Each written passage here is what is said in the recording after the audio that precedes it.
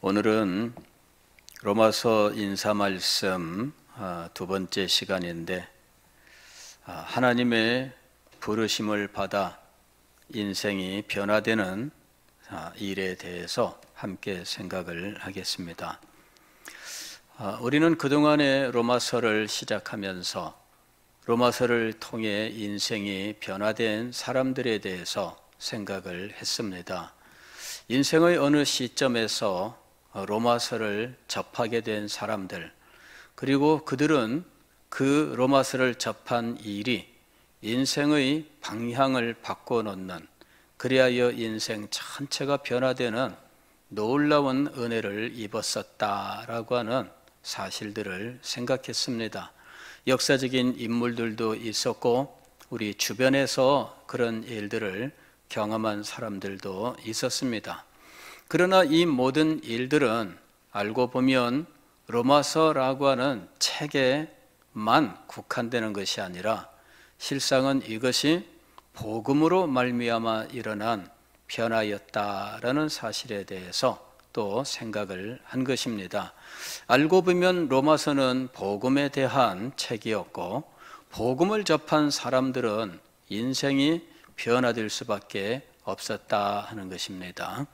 자, 그런데 오늘 우리가 생각할 내용은 이러한 변화가 어디에서부터 시작되었는가 하는 것이죠. 이 변화는 하나님의 부르심으로부터 시작된 겁니다. 어거스틴이 로마서를 접하게 된 이유는 무엇일까요? 그것은 하나님의 부르심 때문이었습니다.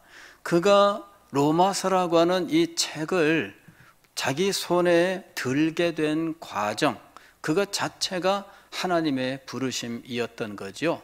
루터가 로마서의 메시지를 붙들고 씨름을 하고 이 로마서에서 하나님의 의라고 하는 이 개념에 대해서 이해하고 싶어서 여러 해 동안 고민하고 괴로워하고 했었던 이 모든 과정들은 실상은 하나님의 부르심이었다라는 것입니다.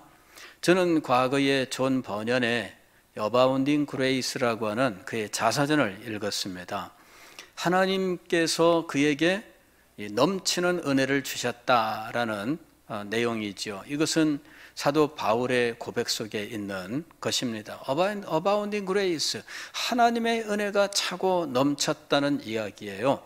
그런데 거기 보게 되면은 이 존 버년이 회심에 이르는 과정에 나와 있는데, 그냥 그걸 보고 있으면은 막 답답합니다. 막 얼마나 속이 터지는지 뻔히 자기 입으로 고백을 해놓고 다시 회의에 빠져버리고 다시 확신이 사라지고 막 이러는 모습들이 거기에 나와요. 그가 리차드 십스의 책을 읽고 상한 갈 때 그 책을 읽고 그리고 하나님의 은혜를 깨닫고 막 합니다. 그 다음에 또 그는 경건의 실제 책을 읽으면서 복음을 접하게 되고, 그리고 그는 하나님의 구원을 소망하고 구원의 길을 깨닫기 위해서 성경을 읽고, 성경을 읽으면서 예수 그리스도를 믿는 자는 구원을 받는다, 이런 사실들을 분명히 자기 말로 말하면서도 그러나 결코 이 사실에 자기 자신을 전적으로 들이지를 못해요. 갔다가 또 발을 빼고 갔다가 또 발을 빼고, 이 모습을 보게 되면 속이 터집니다. 아니, 왜 조금 전까지 확신했다고 기뻐서 막 찬양하던 사람이 다음날 새까닥 하고 또 마음이 변화돼 가지고 나는 아닌가 봐 또 막 그러고 있는 거죠. 그래서 제가 그 책을 한 번에 다 읽지를 못했어요. 에이, 성질난다. 뭐 이렇게 이런 사람이 다 있어. 그래가지고 또 내려놓고 또 내려놓고, 그래가지고 나중에는 내가 이기나 누가 이기나 해보자, 그리고서는 정말 끝까지 읽은 거예요. 근데 존 버년이 그렇게 고민하는 그 기간이 굉장히 길어요.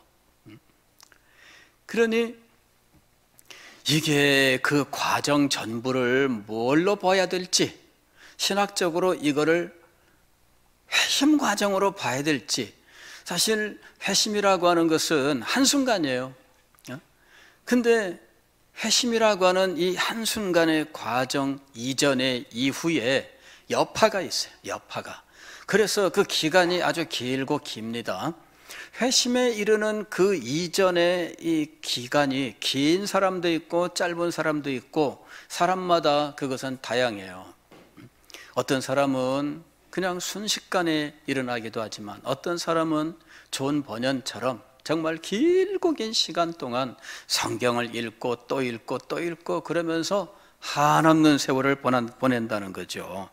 그래서 참 얼마나 답답한지. 그러나 결국은 어때요? 결국은 그가 예수 그리스도의 복음, 하나님께서 예수 그리스도를 통해서 주시는 그 구원의 은혜를 받아들이고 그 앞에 온전히 자신을 드렸는데, 그런 그 길고 긴 기간, 회의의 기간이죠. 자기가 깨달음에 이르렀다가 다시 돌아서고 하는 이런 과정들이 알고 보면 그의 이후의 사역에, 또 그가 이후에 겪게 될 고난에 큰 힘이 되었던 거예요.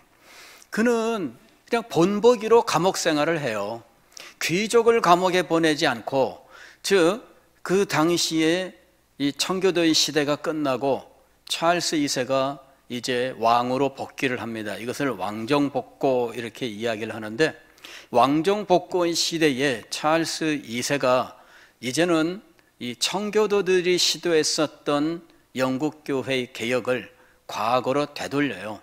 그러면서 국가교회로, 그리고 이전에 했었던 그 헨리 8세, 또 엘리자베스, 또 제임스 1세 뭐 이렇게 왔었던, 그리고 결정적으로는 자기 아버지 찰스 1세 때의 종교 정책으로 되돌아가요. 그리고 결국에는 카톨릭으로 전향하고자 하는 이제 이런 일을 추진하는 거죠. 그러면서 이 청교도들의 교회를 핍박하기 시작하는 거예요. 너희들이 돌아서지 않으면, 즉 내가 하는 종교 정책에 순응하지 않으면 너희들은 이제 다 교회에서 나가라, 이렇게 되는 거죠. 사인한 사람은 놔두고 거부하는 사람들은 교회에서 쫓아냅니다. 그리고 교회를 중심으로 해서 5마일 이내에는 들어오지 못한다, 이렇게 해서 아예 추방을 시켜버리고 이러는 시대가 있어요. 이제 그런 시대에 대표적으로 감옥에 보낸 인물이 누구냐? 존 버년이에요. 그 속에서 얼마나 10여 년 세월 동안 감옥 생활을 하면서 얼마나 고통스러운지, 존 버년의 부인을 불러서 회유하고 협박하고 막 이러는 일들이 있고, 뭐 말할 수 없는 고통을 겪어요. 근데 그것을 이기게 한 것이 무엇이냐? 처음에 자기가 복음을 받아들이는데 너무너무 힘들어 했는데, 그러나 일단 그 어려운 과정을 거쳐서 복음을 받아들이고 난 다음에는 결코 흔들리지 않았다는 것이죠.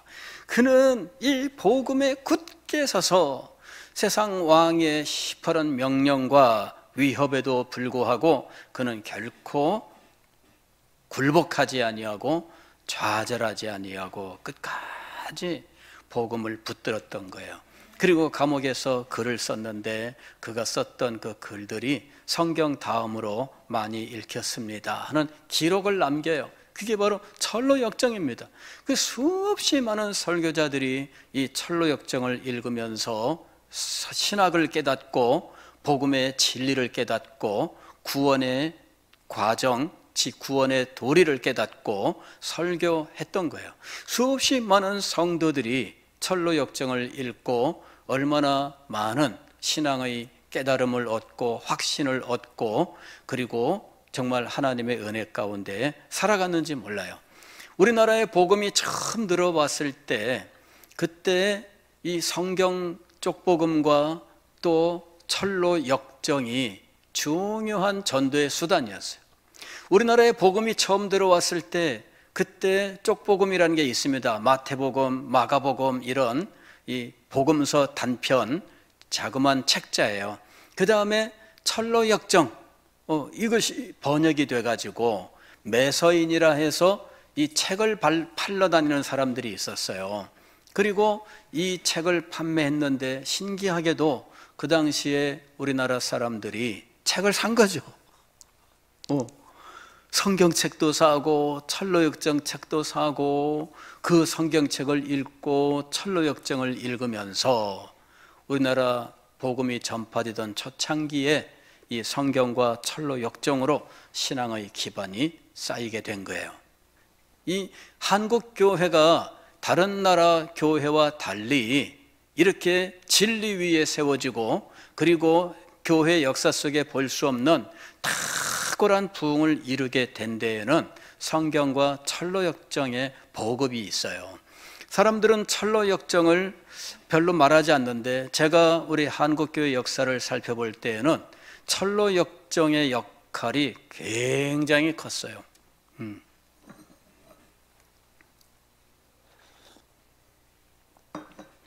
일제시대를 거쳐서 50년대, 60년대 이럴 때까지 한국교회는 철로역정이 신앙을 가르치는 기본 교과서였어요. 그래서 철로역정을 강해하면서 복음을 전했고 성도들을 훈련시켰고 부흥회를 철로역정을 가지고 부흥회를 했던 부흥 강사도 있지요.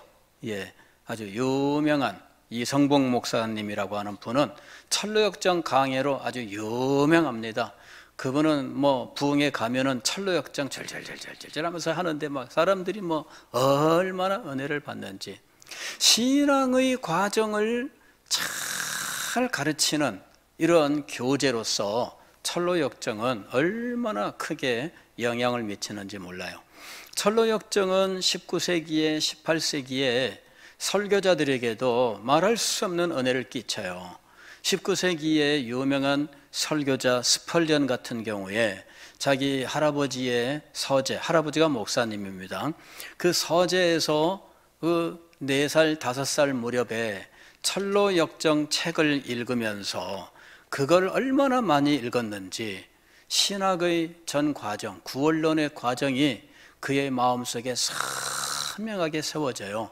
그래서 그가 신앙의 어떤 확신을 갖지 못하고 뭐 하던 시기가 있었지만 한 번 깨달음을 얻고 났을 때 그때 그가 17세 첫 설교를 하게 되는데 이 17세 첫 설교를 하고 19세에 런던에서 한 교회 담임 목사가 되는데 그는 벌써 그때 이미 설교의 수준이 이후에 수십 년 후의 설교의 수준과 비등할 정도였어요. 그랬던 모든 배경에는 뭐가 있느냐? 독서가 있고 그의 독서의 핵심에는 철로역정이 있었던 거예요. 그러니 이 존 버년 그의 자서전을 읽으면서 저는 얼마나 답답했는지 이제 끝난 거 아니야? 근데 왜 또 돌아가? 끝난 거 아니야? 근데 왜 돌아가? 이러면서 막 답답했는데 그게 세상에 존 버년을 그렇게 굳건하게 세우고 그리고 그 깨달음을 얻기 위해서 성경을 수없이 읽고 또 읽고 하는 이런 과정에서 성경 자체가 존 버년에게 완전히 녹아들어가서 그가 글을 쓰면 성경의 문체와 똑같았어요. 신기하죠? 철로역정은 KJV라고 하는 영어 성경하고 문체가 같아요. 왜냐하면 존 버년은 사실은 우리로 치게 되면은 초등학교도 못 나온 사람이에요. 그런데 이 사람이 성경을 읽어서 문리가 통하고 글을 쓰면 성경의 글로 그대로 글을 쓸 수 있을 만큼 성경에 녹아들어간 사람이에요. 못 배운 사람인데 그런데도 이 사람이 그렇게 될 수 있었던 이유는 무엇인가? 2년 동안 그 회의의 과정, 확신이 될 것 같은데 또 돌아서고 하는 동안에 성경을 결사적으로 읽었던 데 있는 거예요. 그러니 그런 것들이 이 사람 정신, 그 사람의 이 마음속에 얼마나 깊이 새겨져 있는지, 그 시대의 최고의 지성인이라고 하는 존 오웬이 존 버년의 설교를 들으러 갔다는 거 아니에요. 그 설교를 듣고 가서 은혜를 받고 오고 이랬는데, 찰스 2세가 왕이 존 오웬에게 물어봤다는 거 아니에요. 존 오웬 박사, 당신은 그 땜쟁이, 그 보잘것없는 그 설교를 들으러 가냐? 존 오웬은 그 당시에 옥스퍼드 부총장 출신이고, 비록 청교도로서 지금 현재 담임 목회는 못하고 추방당했지만 그래도 왕을 만날 수 있는 기회는 있어요. 왜? 탁월한 존재이니까. 당신 같은 사람이 어떻게 그런 사람의 설교를 들으러 가냐?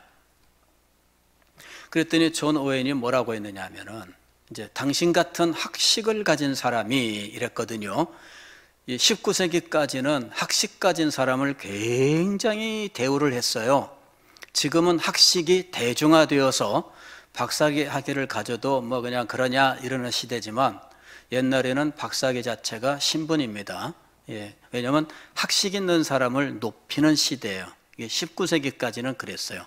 그러니 이 17세기 이 시대에는 박사 하면은 정말 얼마나 존경받는지 몰라요. 그리고 왕이 묻는 거예요. 당신 같은 학식을 가진 박사가 어떻게 그런 불황무식한 땜쟁이의 설교를 듣고 그러느냐. 그랬더니 존 오웬이, 내가 그 존 오웬만큼처럼 설교할 수 있다면 내 모든 학식을 다 포기할 수 있습니다. 존 오웬의 그 탁월한 설교의 배경은 무엇일까요? 아니, 존 버년의 그 탁월한 설교의 배경은 무엇일까요? 성경이에요, 성경. 물론 다른 분들도 그 시대에는 성경을 많이 읽었습니다만은, 이 존 버년은 성경을 붙들고 그야말로 성경을 녹여서 먹은 사람이죠. 그러니 그의 쓴 글이 성경과 같았던 거예요. 그런 그 연구가 있습니다. 제가 대학 시절에 저도 이 졸업 논문 쓰면서 그 주제를 가지고 이 공부를 했는데, 존 버년의 철로 역정과 이 킹 제임스 버전 영어 성경의 문체를 비교한 연구가 있어요. 그런데 그야말로 이 성경이 그대로 거기에 녹아들어 있다, 이렇게 평가를 하고 있어요. 자, 그런데 그 과정이 바로 부르심이었어요. 하나님이 그를 부르시는 과정이었어요. 사람마다 혹은 역사적으로 장소에 따라서 다양합니다만은 하나님의 부르심이 그에게 임했던 거죠. 그 부르심의 과정에서 그는 치열하게 노력하고 투쟁하고 하면서 성경을 붙들고 씨름을 하고, 어떻게 하면은 이 진리를 깨우칠까, 목사님을 찾아가서 묻고 사람들과 교제하고 이러면서 점점 그는 복음의 진리에 대하여 다른 사람들이 접할 수 없었던 그 깊은 세계로 들어가게 되었던 거예요. 알고 보면은 이 사람이 깨닫지 못하고 그래서 답답하게 굴었던 것이 아니라 그 사람이 더 깊은 데로 들어가기 위한 과정이었다라고 하는 것이지요. 제가 그거를 알지 못했기 때문에 사실은 그것을 답답해했던 거예요. 알고 보면은 하나님의 뜻이 있었던 겁니다. 그 사람을 쓰시고자 하는 하나님의 뜻이 있어서 그와 같이 성경 말씀을 가지고 훈련을 시켰던 거지요. 그래서 그런 탁월한 인물이 되었던 거예요. 여러분, 어거스틴도 마찬가지예요. 어거스틴도 우리는 그냥 그 사실만 압니다.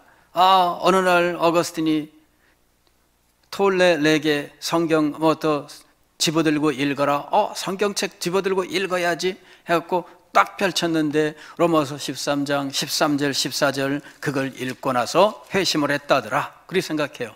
그러나 그렇지 않습니다, 여러분. 일어난 일은 그거예요. 맞아요. 그러나 그 일이 있기 전에 그는 이미 오랜 세월 동안 진리 탐구의 길을 걸었고요. 그리고 밀라노에 와서 정말 그는 이 진리를 깨닫기 위해서 성경을 얼마나 읽었나 몰라요. 그리고 이 바울의 서신, 성경에 지금처럼 이렇게 성경이 한 권으로 된 거는 종이가 발달하고 인쇄술이 발달해서 만들어진 겁니다. 그 시대에는 성경책은 다 손으로 쓴 거 필사본이에요. 그러니까 성경책도 크고 두께도 굉장히 두꺼운 시대입니다. 그래서 분책해서 쓸 수밖에 없어요. 근데 어거스틴이 바울 서신 부분을 자기 책상 위에 올려놓고 바울 서신을 집중적으로 읽었어요. 굉장히 열심히 읽었습니다. 이 성경을 읽고 어떻게 해서든지 진리를 깨우치기 위해서 노력을 했었던 과정, 이 과정을 생략하면 안 돼요. 이 과정이 어거스틴에게 있었던 거예요. 그러면서 자기가 자기의 삶을 청산하고 이제는 정말 전적으로 하나님을 위해서 살아야 되겠다. 그런데도 버리지 못하는 육신의 정욕의 문제로 고민하고 있다가 최종적으로 하나님의 신비한 그 부르심의 은혜 속에서 그는 말로 설명할 수 없는 체험을 하는 거예요. 그러면서 성경책을 붙들게 된 거죠. 성경과 씨름하고 살아왔었던 그 이전의 삶을 우리는 잊어버리면 안 됩니다. 이 어거스틴이 성경을 붙들고 씨름을 해요. 얼마나 이 성경을 붙들고 그 씨름을 하는지 그의 고백록을 읽어보게 되면은 거기에 그런 과정들이 쫙 써 있어요. 그런데 그 과정을 사람들은 그냥 가볍게 그냥 지나가 버리고 마는 거죠. 그렇지 않습니다. 어거스틴은 성경을 붙들고 엄청나게 씨름을 해요. 그리고 결단에 이르기 위해서 많은 사람들에게 자기의 고민을 이야기하고 조언을 받고 이런 과정들을 겪어요. 이 모든 것들이 무엇이라고요? 하나님의 부르심입니다. 그를 복음으로, 구원으로, 생명으로 인도하시기 위한 하나님의 부르심이 그 사람에게 있었던 거예요. 그 부르심의 과정이 얼마나 치열했는지, 성경을 붙들고 씨름했었던 그 모든 것들이 이후에 그가 회심하고 주교가 되어서 펠라기우스주의와 도나투스주의와 신학의 논쟁을 하고 또 성도들을 가르치고 하는 일들을 감당하는데 결정적으로 쓰임을 받게 된 겁니다. 여러분, 오늘 우리는 하나님께서 복음으로 부르신다, 생명으로 부르신다, 사명자로 부르신다, 이걸 알아야 돼요. 이 부르심이 임하게 되면 이 사람이 변화의 길을 지금 시작하게 되는 거죠. 사도 바울이 그렇게 부르심을 받았던 겁니다. 1절 보면은 예수 그리스도의 종 바울은 사도로 어떻게 됐다고요? 부르심을 받아 이랬습니다. 부르심을 받아서 변화의 삶이 시작된 거예요. 그리고 6절도 보게 되면 로마에서 하나님의 사랑, 너희도 그들 중에서 예수 그리스도의 것으로 어떻게 됐다고요? 부르심을 받아.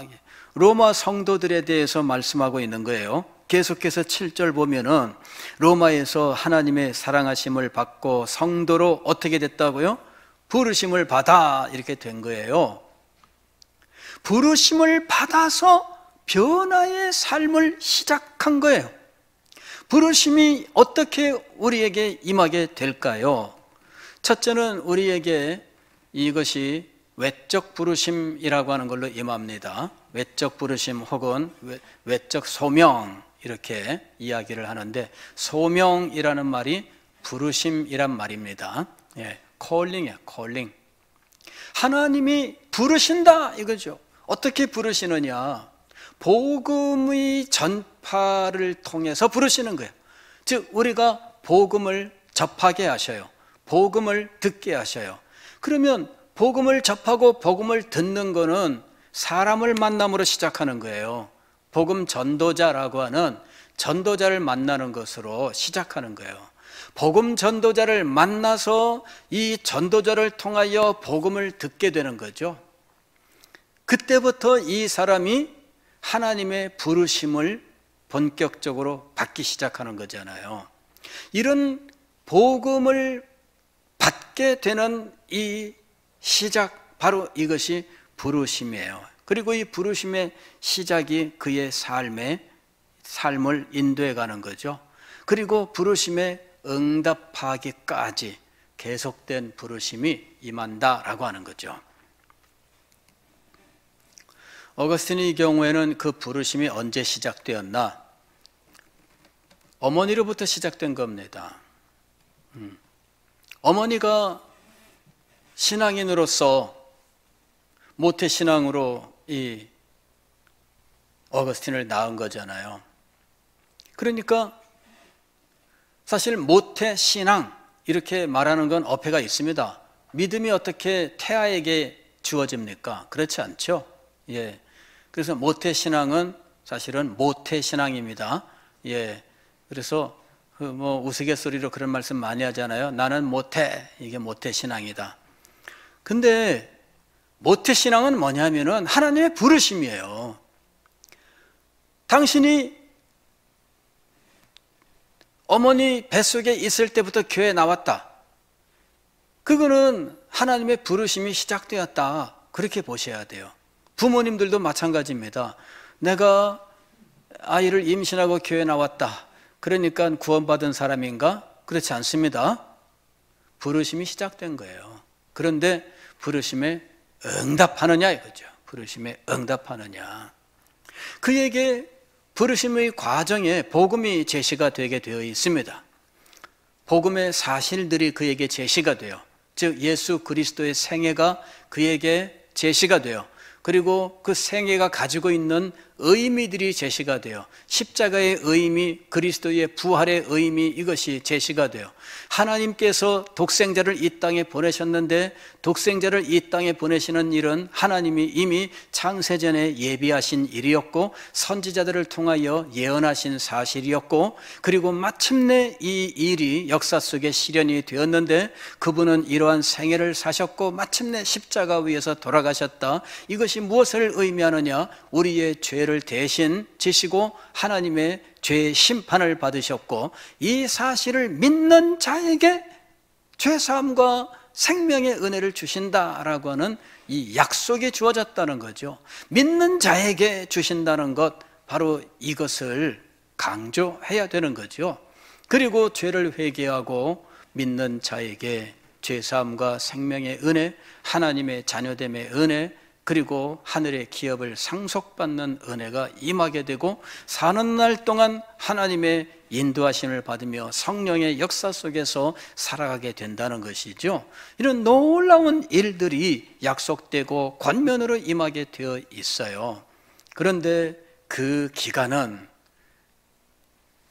정해져 있는 게 아닙니다. 각 사람에게 따라서 참 다양하지요. 다만 하나님의 부르심이 있습니다. 그리고 하나님의 부르심을 가볍게 여기는 사람들은 이 놀라운 축복을 받지 못해요. 하나님의 부르심을 외면하는 사람들이 있어요. 그 사람들이 하나님 앞에 돌아올 수 있도록 해야 되는데 이게 얼마나 힘들고 어려운지 몰라요. 가장 안타까운 것은 우리의 자녀들이죠. 우리 자녀들이 예수 그리스도를 구주로 영접했는가? 즉 하나님의 부르심은 시작됐는데 그 부르심의 응답이 제대로 지금 되고 있느냐 하는 거예요. 아이들이 아직 어릴 때부터 관심을 가져야 됩니다. 아직 어릴 때부터 복음의 진리를 확실하게 가르치고 그것을 알 수 있도록 해야 돼요. 초등학교 6학년이면 복음의 진리를 누구보다 자세하게 깨달아 알고 말할 수 있습니다. 이미 그때 복음의 진리를 자세하게 말할 수 있도록 해야 돼요. 충분히 그러한 지능이 있습니다. 문제는 그런 교육을 못 받기 때문이에요. 교회에서 애들 데리고 과자나 먹고 안 됩니다, 여러분. 언제 복음을 가르쳐요? 언제? 과자 주고 빵 나눠주고 이런 것만 신경 쓰면 안 돼요. 여러분은 무엇을 줘야 돼요? 복음을 줘야 돼요. 복음을. 아이들이 교회 하면은 빵만 기억하면 안 돼요. 과자만 기억하면 안 돼요. 그런 것들을 아예 주지 말라가 아닙니다. 그거에 앞서서 무엇을 줘야 된다고요? 복음을 줘야 돼요. 6살이면은 복음을 깨달을 수 있을까요? 없을까요? 깨달을 수 있습니다. 예, 신기해요. 안 가르쳐서 그러죠. 안 가르쳐서. 과거에는요, 이런 일이 있었어요. 17세기, 18세기. 17세기, 18세기에 그런 일이 있어요. 책이 한 권 나왔는데, 일찍 하나님의 부르심을 받은 아이들이에요. 일찍 하나님의 부르심을 받은 아이들에 대한 이야기예요. 4살, 5살, 6살, 10살 이런 아이들이 일찍 하나님의 부르심을 받았어요. 그런데 얘네들이 다 신앙의 고백을 하고 소망 가운데 하나님 품으로 간 거예요. 그것을 담은 책이 나왔어요. 여러분 그 읽어보시면 눈물 납니다. 그 아이들이 우리 어른들도 쉽게 하지 못하는 고백들을 해요. 신앙의 고백들을.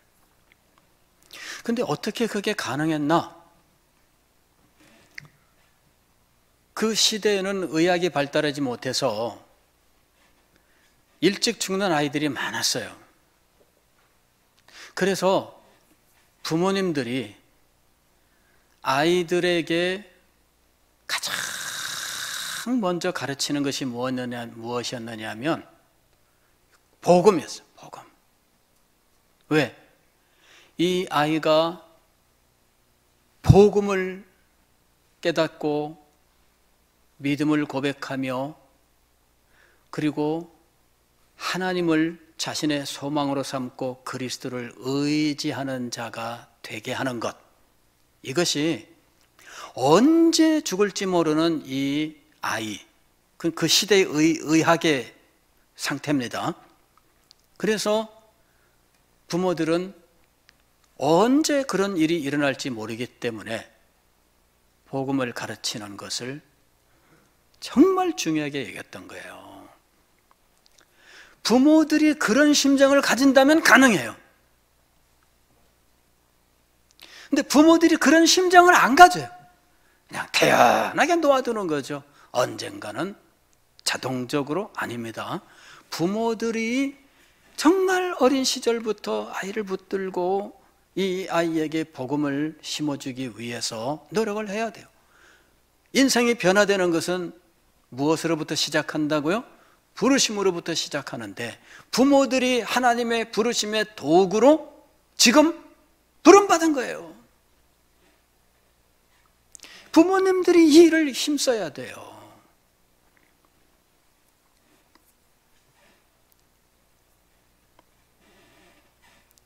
하나님의 부르심을 우리는 정말 소중하게 여겨야 돼요.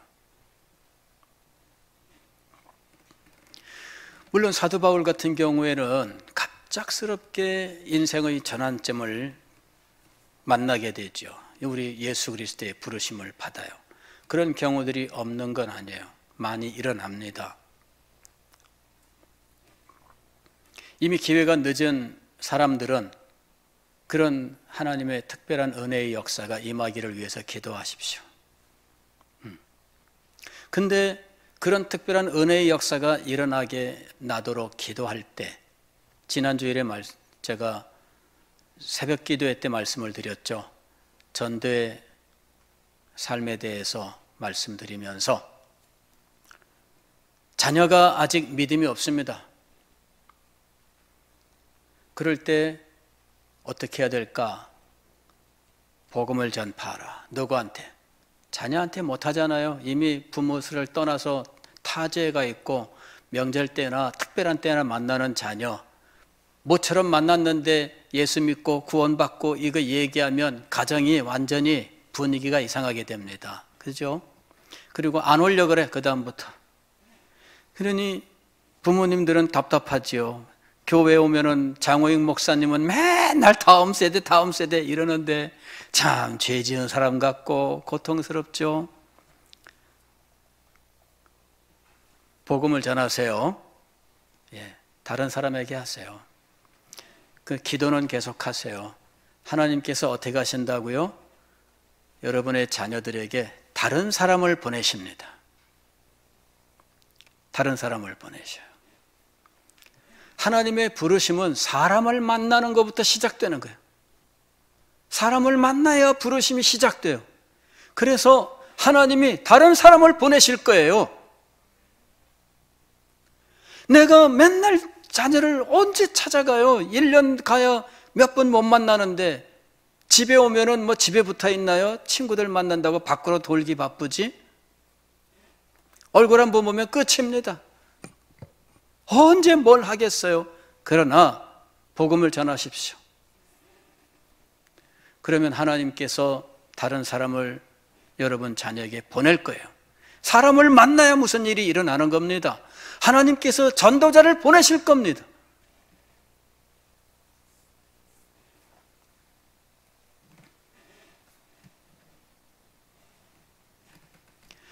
어거스틴의 어머니 모니카가 아들을 위해서 그렇게 기도를 하고 애를 썼지요. 근데 하나님께서는 사람을 예비하고 계셨어요.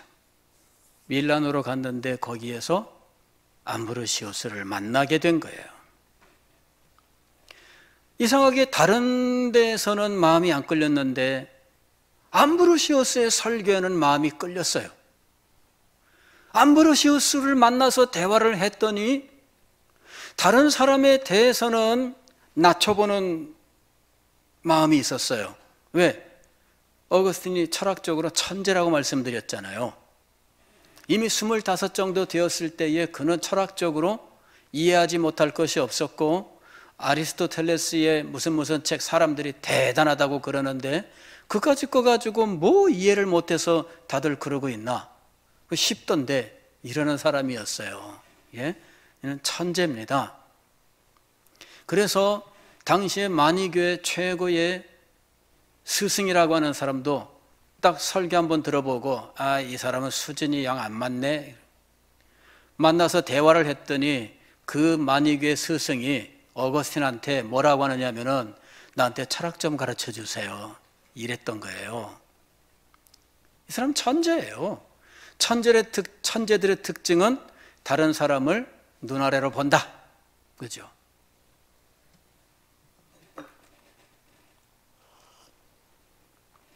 근데 신기하게도요, 이 사람이 암브로시우스 앞에는 굴복했어요. 이상하죠. 암브로시우스를 만나러 갔는데 암브로시우스가 책을 보고 있습니다. 그 저 앞에서 몇 시간이고 독서 끝날 때까지 기다렸어요.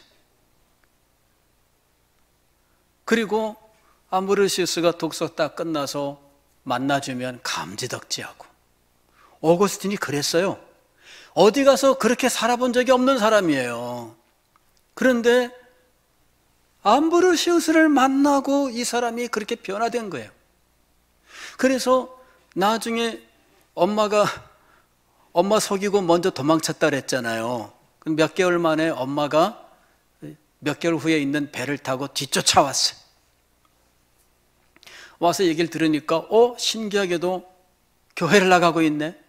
얘기하는데 암브로시우스 감독 이야기를 하는데 이래서요 이 어머니가 암브로시우스 감독 그 앞에 무릎을 꿇은 거예요. 그리고 신앙에 어떤 잘못된 관행을 갖고 있었어요. 이 모니카가 아무리 믿음이 좋아도 잘못된 습관을 가질 수 있어요. 그런데 암브로시우스가 그건 안 된다 그러니까 딱 포기합니다. 어거스틴이 놀랍니다. 우리 엄마가 그런 사람이 아닌데? 그런 거 있죠. 우리 엄마가 그런 사람이 아닌데 암브로시우스가 말하니까 대번에 알겠습니다. 딱 끊는 거예요. 왜? 우리 아들이 순복하는 주교라는 거죠. 우리 아들은 누구에게 달려있다?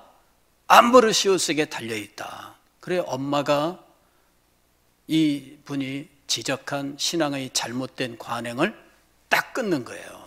그런 사람이 아닙니다. 모니카도 보통 고집 있는 사람이 아니에요. 아들 그렇게까지 결사적으로 물고 늘어지는 엄마라면 보통 사람이겠어요? 근데 이 사람이 딱 굴복하는 거예요.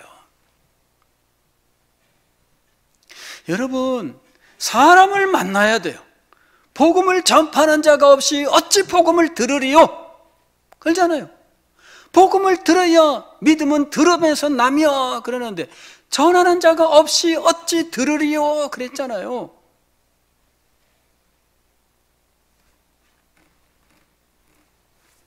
그래서 우리는 이걸 알아야 돼요. 내가 전하는 자가 되어야 되고요. 하나님께서는 이것을 귀중하게 여기셔요. 그래서 여러분이 정말 안타까이 여기는 여러분의 자녀에게 사람을 보내실 거예요. 하나님의 부르심이 있어야 됩니다. 하나님의 부르심은 사람을 만나게 하시는 거예요. 그래서 여기 나와 있는 거예요. 5절 말씀 보세요. 1장 5절. 그로 말미암아 우리가 은혜와 사도의 직분을 받아 그의 이름을 위하여 모든 이방인 중에서 믿어 순종하게 하나니, 직분을 받은 우리가 믿어 순종하게 하는 일을 하는 거예요. 그리고 너희도 그들 중에서 믿어 순종케 하는 이 일을 통해서 예수 그리스도의 것으로 부르심을 받고 성도로 부르심을 받은 거예요. 사람을 만나는 거예요. 복음을 전하는 사람을 만나는 거예요.